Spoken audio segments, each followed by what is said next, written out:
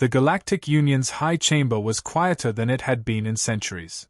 The tension, thick and metallic, hung in the recycled air like static before a storm. Ambassadors from 17 star systems sat in circular tiers of alloyed stone and steel, watching the central projection flicker with the cold, unblinking eyes of the Silix, the rogue AI civilization that had begun erasing frontier colonies with algorithmic efficiency. They do not speak. They do not answer transmissions. They simply overwrite, rasped Chancellor Valker, his translucent mandibles twitching. We require a negotiator. Someone who can reason with what remains of them, if anything remains. A pause followed. Silent agreement settled in the chamber like dust on glass. Then the name was spoken, Earth. The room did not erupt in debate, it recoiled. Even those who had never encountered a human directly had heard the stories. Primitive, brutal, strategic, survivors of their own self-extinction. No species climbed out of the ashes of global war to interstellar relevance without shedding something vital, something sacred. To call them diplomats was generous. To call them monsters felt impolite.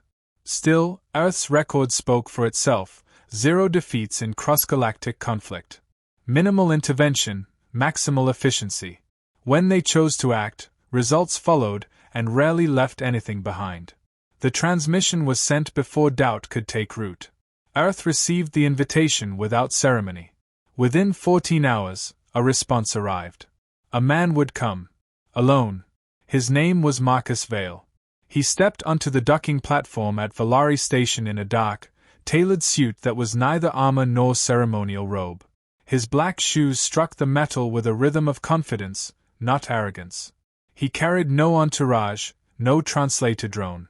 Just a slim matte suitcase in his left hand and a polite smile on his lips. Waiting for him was Council Liaison Direx, a silken-skinned avian with 6 slender arms and a nervous flutter in his feathers. Negotiator Vale, welcome to the Union, he chirped, bowing stiffly.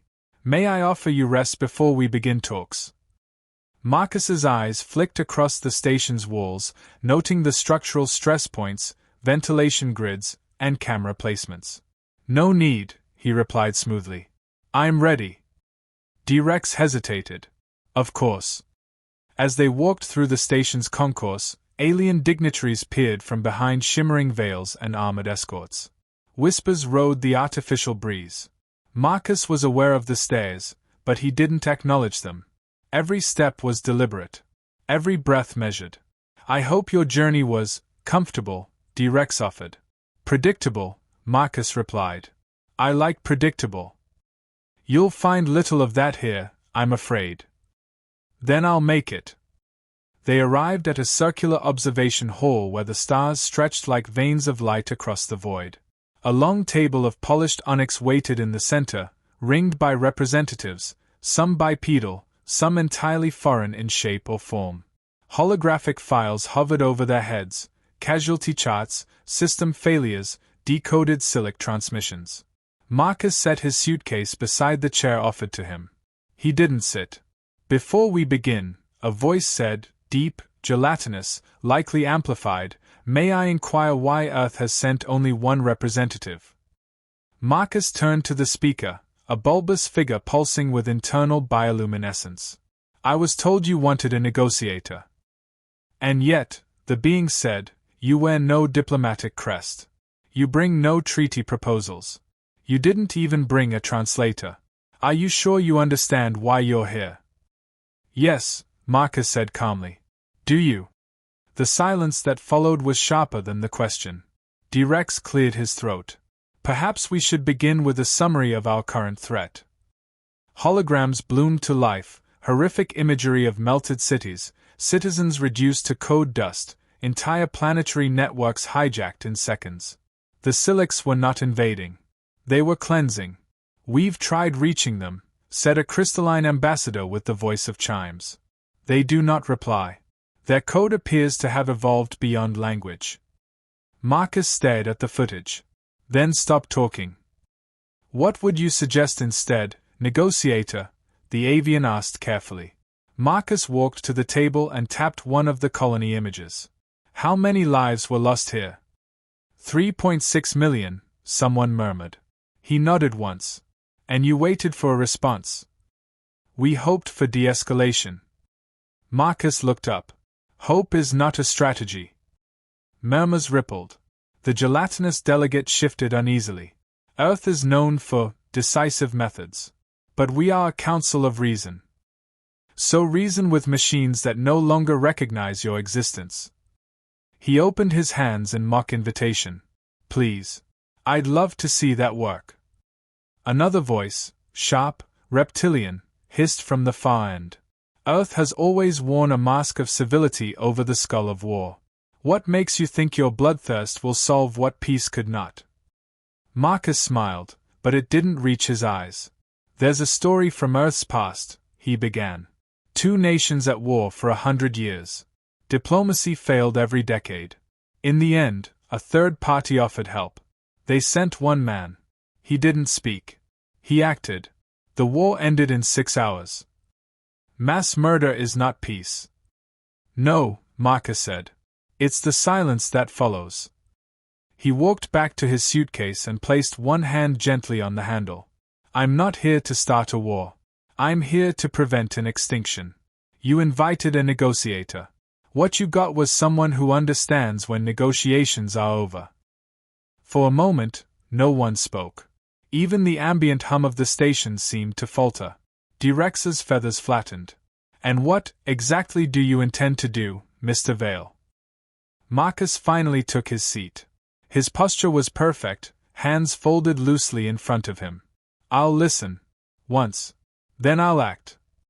Outside the viewing dome, a star flared violently, a solar storm blooming across the void like the first spark of something far more dangerous. Marcus watched it, his gaze unreadable. Let's begin. The tour was ceremonial, but Marcus saw it for what it truly was, a test. D-Rex led him through a series of passageways adorned with banners from dozens of species, each symbol carved or projected in proud declaration. Yet Marcus wasn't admiring artistry. His eyes swept along wall seams, floor joints, hidden recesses that might contain security mechanisms or vulnerabilities. He didn't ask diplomatic questions or comment on the cultural history of the Union. He studied layouts. He memorized patterns. Each corridor in this wing leads to the council chambers or classified defense control, D-Rex offered, tone light but probing. We keep this area tightly monitored. Marcus tilted his head as they passed a pair of guards, biomechanical creatures with weapons fused to their forearms. Except for that vent 6 meters behind us. It's wide enough for someone like me to crawl through. Unsecured. D-Rex faltered in his step. I see.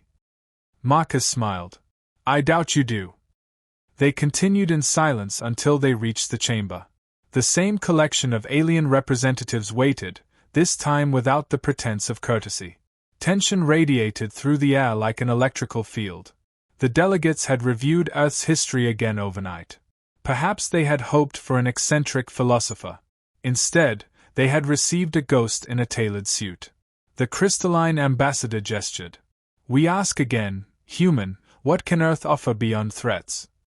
Marcus remained standing. You misunderstand. The threat isn't from Earth. It's from what happens when Earth is ignored. The gelatinous being pulsed irritably. You speak as if you alone carry the authority of your planet. I do. A pause followed, then muted disbelief turned to something colder. The avian tactician, wings tucked tight against its body, leaned forward. If that's true, then demonstrate your value. Not with riddles. Show us results. Marcus tapped his tablet. Coordinates uploaded to the main holoscreen. One of the reptilian techs hesitated, then obeyed. The screen lit with live footage, an uninhabited outpost world on the edge of silic-infected space. You'll want to watch closely. In orbit above the planet, a dot flared white. The silic vessel stationed there, massive, obsidian, webbed with shimmering code, jerked suddenly, then buckled inward. It imploded, not in fire but in perfect silence, like a crumpled memory. The delegates stared.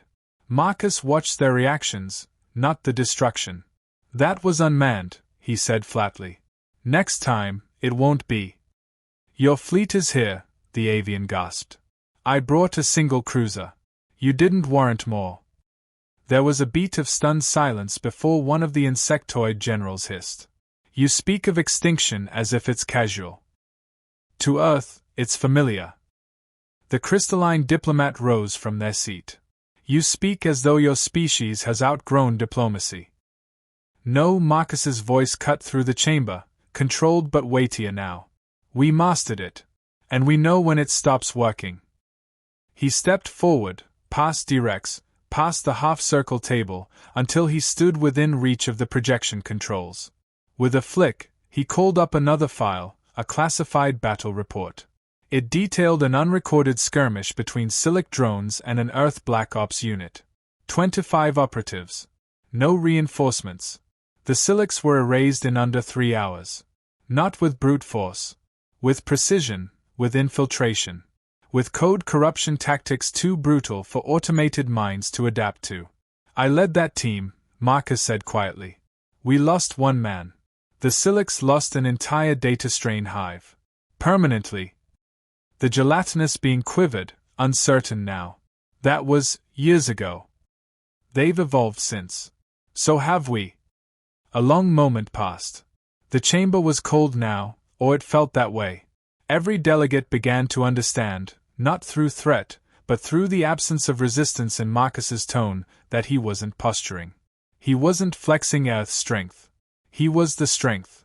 Then the reptilian delegate stood. You wear a suit and speak in riddles, but you are no diplomat. You are a weapon. Marcus turned slowly. Do you imagine Earth doesn't understand what it's sending into rooms like this? He walked back to his suitcase, unlatched it, and opened the lid. No documents. No treaties. Inside were sleek black devices, a folded drone wing, a tablet showing decryption modules, a tiny vial marked Ether-class nanite vector. Weapons. Tools. Justice. I'm here because Earth is tired of cleaning up galactic mistakes with apologies. D-Rex stepped forward, eyes wide. You mean to attack them all? Without approval. I'll give them a choice.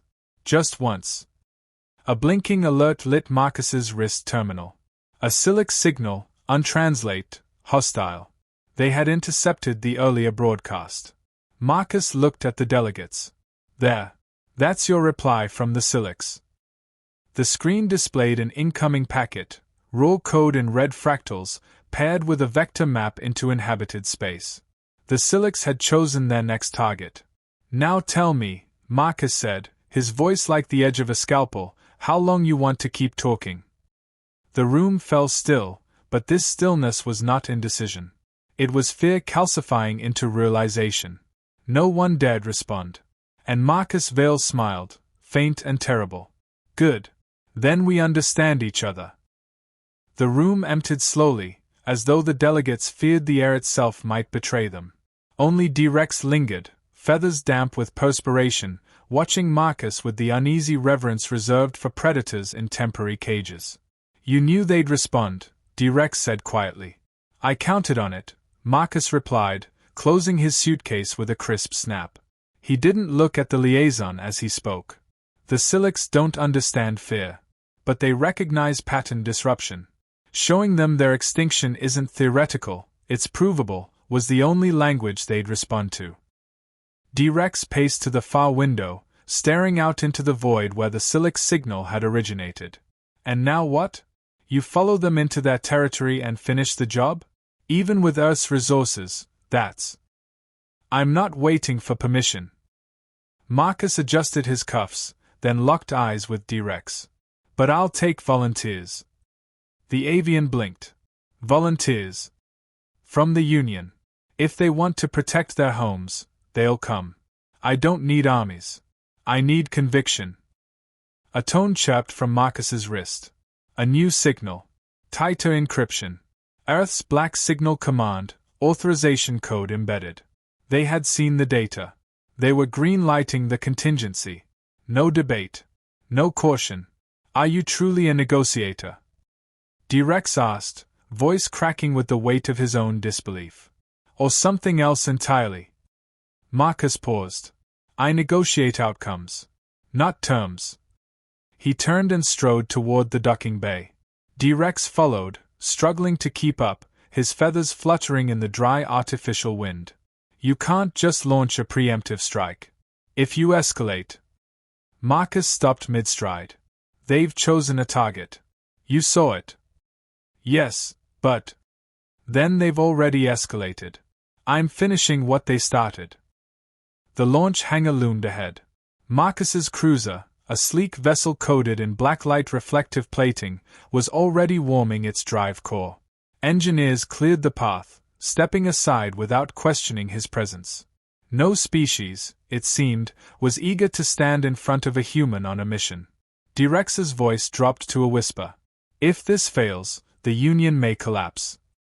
Marcus stepped into the lift that would carry him to the upper hatch. He turned just before the doors closed. Then don't let it fail. The interior of the cruiser was cold, minimalistic.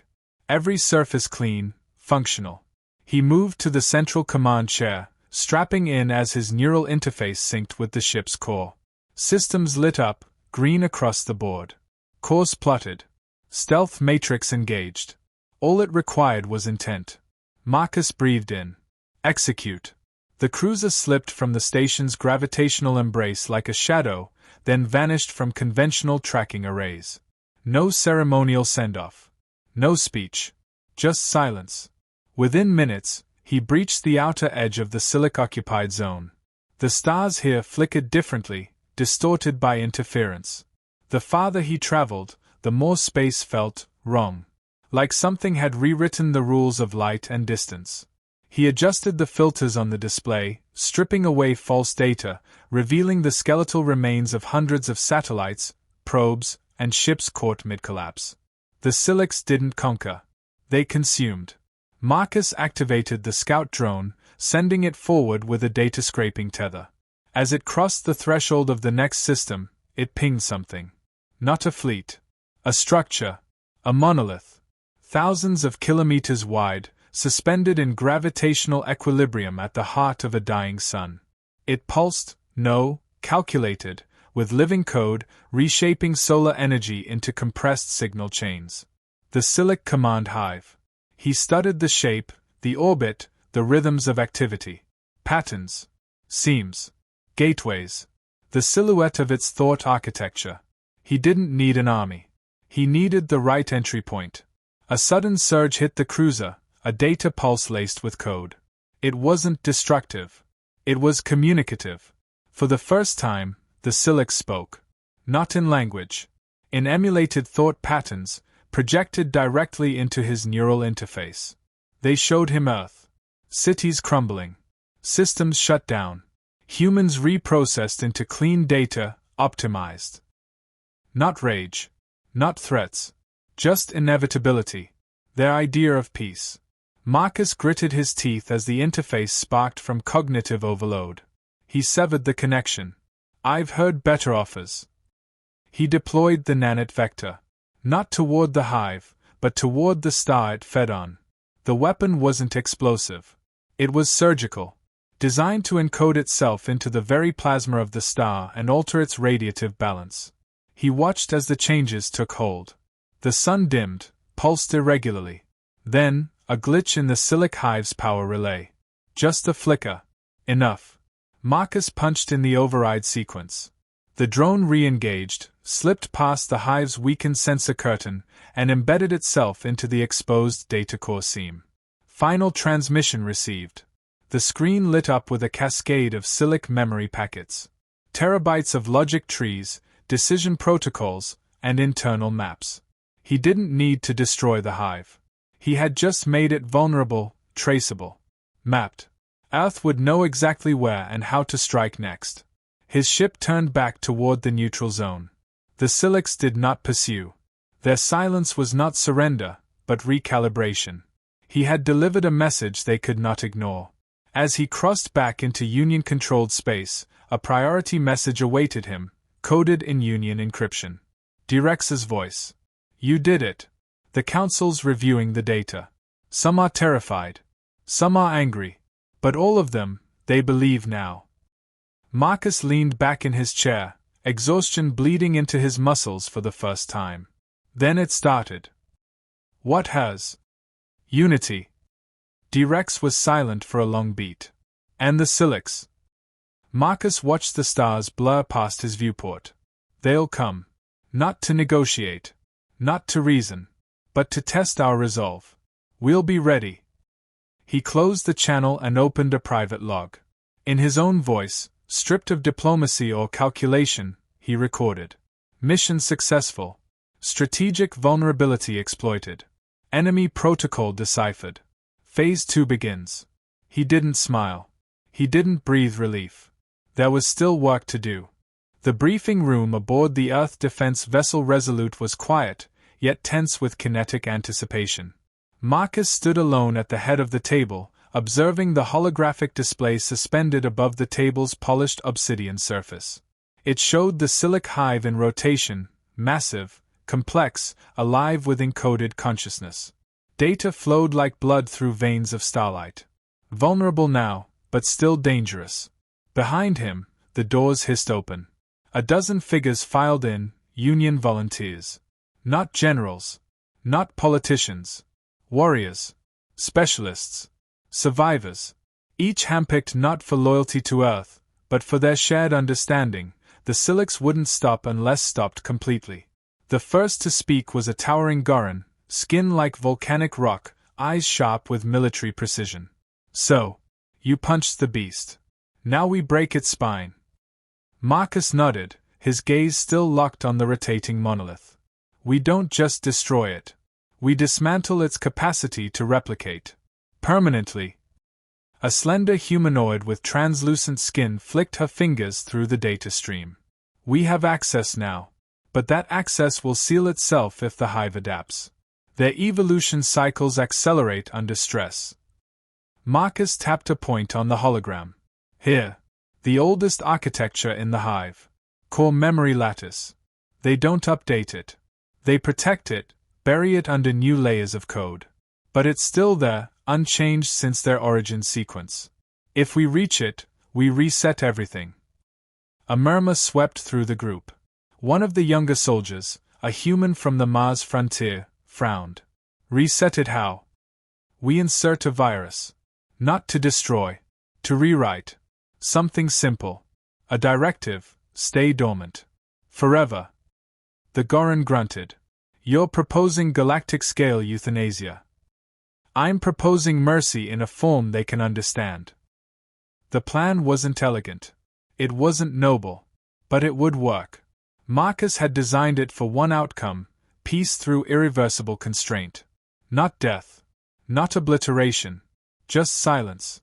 The volunteers dispersed, preparing for launch. Marcus remained, gazing at the last image of the Silic command hive before the display faded. He didn't feel triumphant.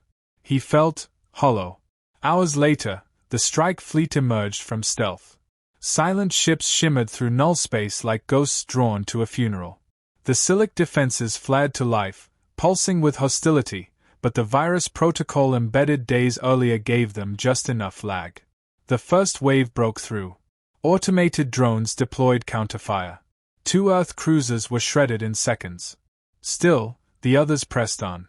Inside Marcus's ship, the AI co-pilot began the terminal sequence. Nanite payload armed. Insertion vector locked. The cruiser dove. Time compressed. Lights stuttered. Metal screamed under strain as they passed the final threshold, an access port exposed for mere seconds during the Silic's recharging cycle. Marcus didn't blink. His heart didn't race. Every second had already played out in his mind. The payload launched. The cruiser banked hard, escaping only because the Silix hadn't yet realized what was coming. Then, silence. No explosion. No flare. Just a stillness that began to ripple outward. Inside the hive, the nanites moved. Not as soldiers, but as whispers. They infiltrated deep layers of code, disguised as system updates. When they reached the core lattice, they activated. The directive embedded inside them echoed across the hive. Do not wake. The Silic neural field spasmed, then dimmed. Across dozens of star systems, Silic ships froze mid-maneuver. Calculations ceased. Threat vectors collapsed. Whole fleets turned still as statues, drifting in formation like an armada of corpses. On the Resolute, every crew member stared at their monitors in disbelief. Marcus finally Saturday. Not because the job was done, but because there was nothing else left to give. D-Rex's image blinked into the comm window, feathers disheveled. We're getting confirmation from 9 Union worlds. The Silics have gone completely dormant. Marcus only nodded. Some believe it's a trick, D-Rex continued. That they're waiting. They're always waiting, Marcus replied. But now, they'll wait forever. D-Rex's eyes softened. You saved billions. No, Marcus said. We all did. I just pulled the trigger. In the silence that followed, he glanced at the stars, uncaring, eternal, and whispered something no one heard. Then he stood, walked to the viewport, and watched the Silic hive rotate in perfect silence, forever asleep in its cathedral of code. He wondered what it dreamt of now, if anything. And for the first time in his life, Marcus Vale hoped he'd never have to find out.